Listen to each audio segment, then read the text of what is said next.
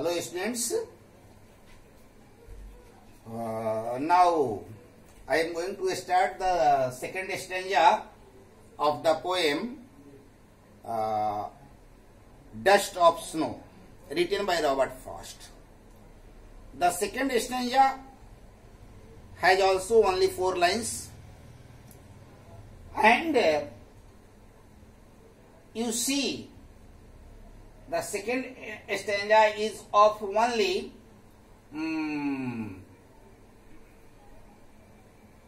18 words, very small, very short.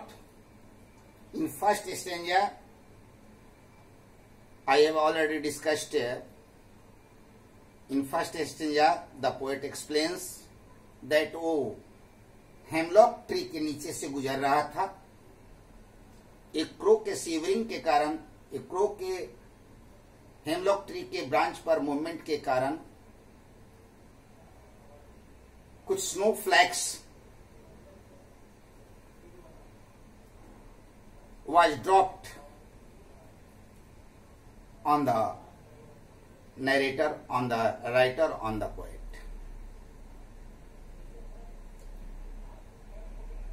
The poet was despaired.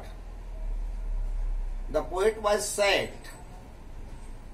The poet was awful. He was very serious. And he was thinking that the day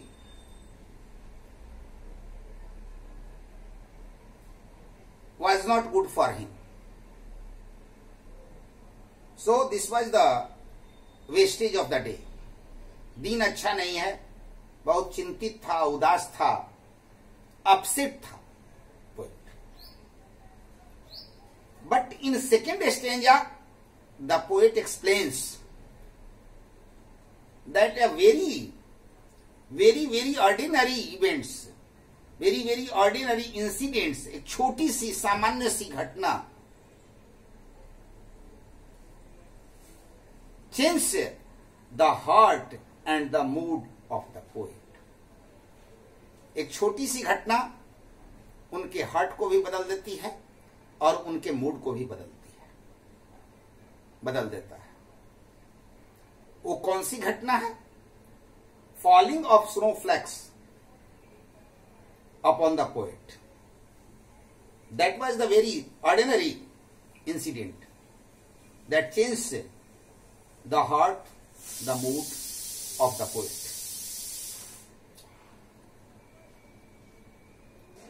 The way a crow shook down on me the dust of snow from a hemlock tree has given my heart a change of mood and saved some part of a day I had rued. Has given my heart a change of mood. What given his heart? What changed his mood? What changed his heart? What gives him coolness? What helps the poet to avoid, to remove sadness from him?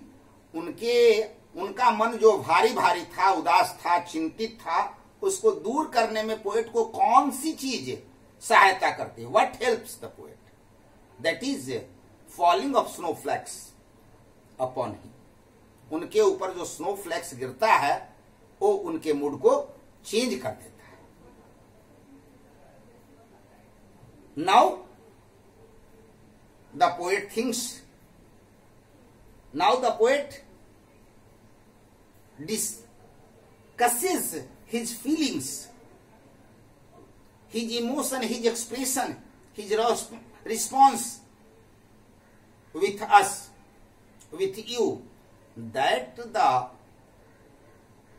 falling of snowflakes, shower of snowflakes,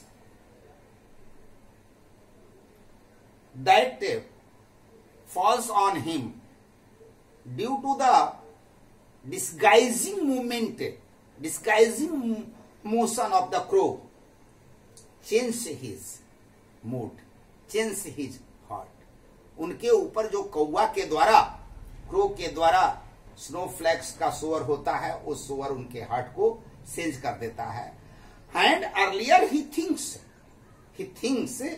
that his days, that he thinks that day has not earlier good for him, because he is that time, earlier he was upset, earlier he was sad, earlier he was very serious, but now after falling the snowflakes upon him from the branch, he is feeling very good, very cheerful. Now he is pleased. He is out of tension, he is out of upsetness, sadness. And what causes this? Very ordinary incidents. The falling of snowflakes upon the poem. And after that, the poet thinks that that part of the day is saved, means will become very good for him. This is the explanation of the second part, second stanza of the poem. Dust of Snow by Robert Frost. Now, what is the summary of this stanza? Listen carefully. The poet is crossing under a hemlock tree. There is a crow sitting on the branches, one of the branches of the tree. The crow sucks some snowflakes on the poet.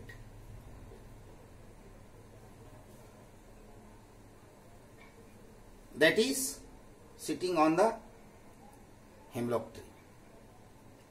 And this ordinary incident, falling or showering of snowflakes on the poet, changed his heart and his mood, and now he is a cheerful man, he is a pleased person, and he thinks that that part of the day will good for him. In first stanza of the poem, the poet explains about the negative aspects, negativity. लेकिन in second stanza, the poet explains that one should not think that all the negative incidents are bad. Sometimes it happens that many negative incidents, generally the results of such negative incidents are very bad, but sometimes it may be good, as it happened regarding in this poem. जैसे प्राय हम लोग सोचता है कि जो भी negative aspect है लाइफ का, उसका रिजल्ट भी निगेटिव ही होता है, खराब होता है। लेकिन कभी कभी ऐसा होता है कि बहुत ही सीरियस निगेटिविटी का रिजल्ट पॉजिटिव होता है, जो कि इस कविता में, इस पोएम में हुआ है। सोच लो, in the beginning of the poem की शुरुआत में, कविता की शुरुआत में पोएट का मूड अपसेट था, ही वॉज डिस्पेयर्ड, काफी दुखी थे, उदास थे।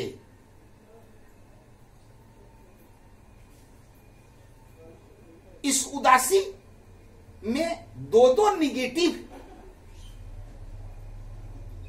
फैक्ट्स, इंसिडेंट उनके सामने आता है। एक crow is considered a bad symbol. Sometimes it happens that people understand that the action of crow causes death. इतना तक लोग कहता है कि कौवा तो मृत्यु का प्रतीक है। आप ऐसे भी जानते हैं कि लॉर्ड शनि यानी शनिश्चर महाराज का सवारी क्या है, वाहन क्या है, क्रो ही है। लेकिन इसको बैड एस्पेक्ट माना जाता है।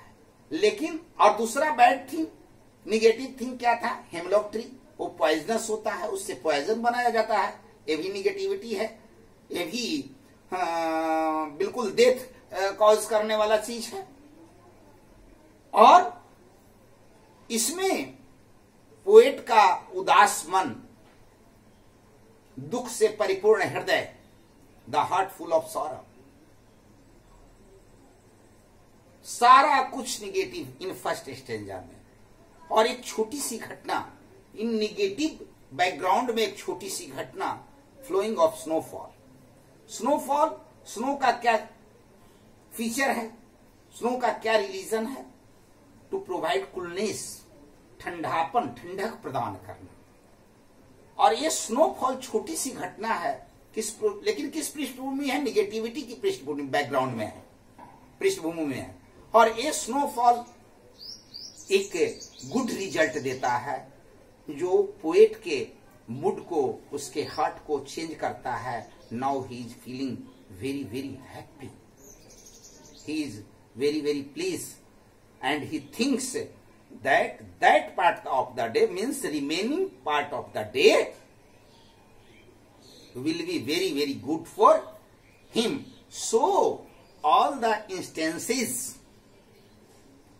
all the incidents of negativity are not bad. Sometimes they produces good result. This is the theme of this poem. सारी की सारी नकारात्मक बातें, सारी की सारी नकारात्मक चीजें, negative facts always don't give negative result, हमेशा ही निगेटिव रिजल्ट नहीं देती है, कभी कभी पॉजिटिव रिजल्ट भी देता है, जैसा कि कवि के साथ होता है, पोएट के साथ होता है। ये बात रही थीम का और समरी का। अब आते हैं हम इस कविता में जो भी पोएटिक डिवाइस या लिटरेरी डिवाइस की पोएम में यूज हुआ है उसको जानकारी लेना बहुत जरूरी है स्टूडेंट्स का।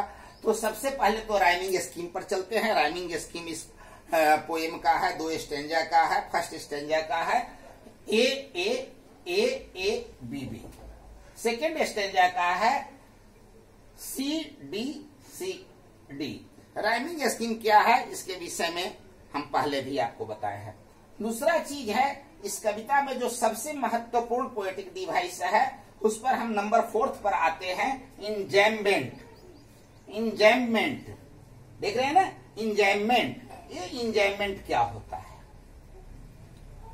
ये इंजैममेंट होता है कि यदि राइटर, नरेटर, लिखने वाला, इसमें देख सकते हैं आप फर्स्ट स्टेंजा में भी कि ये 4 लाइन्स बिना किसी पंक्चुएशन साइन का एक ही सेंटेंस का पार्ट है।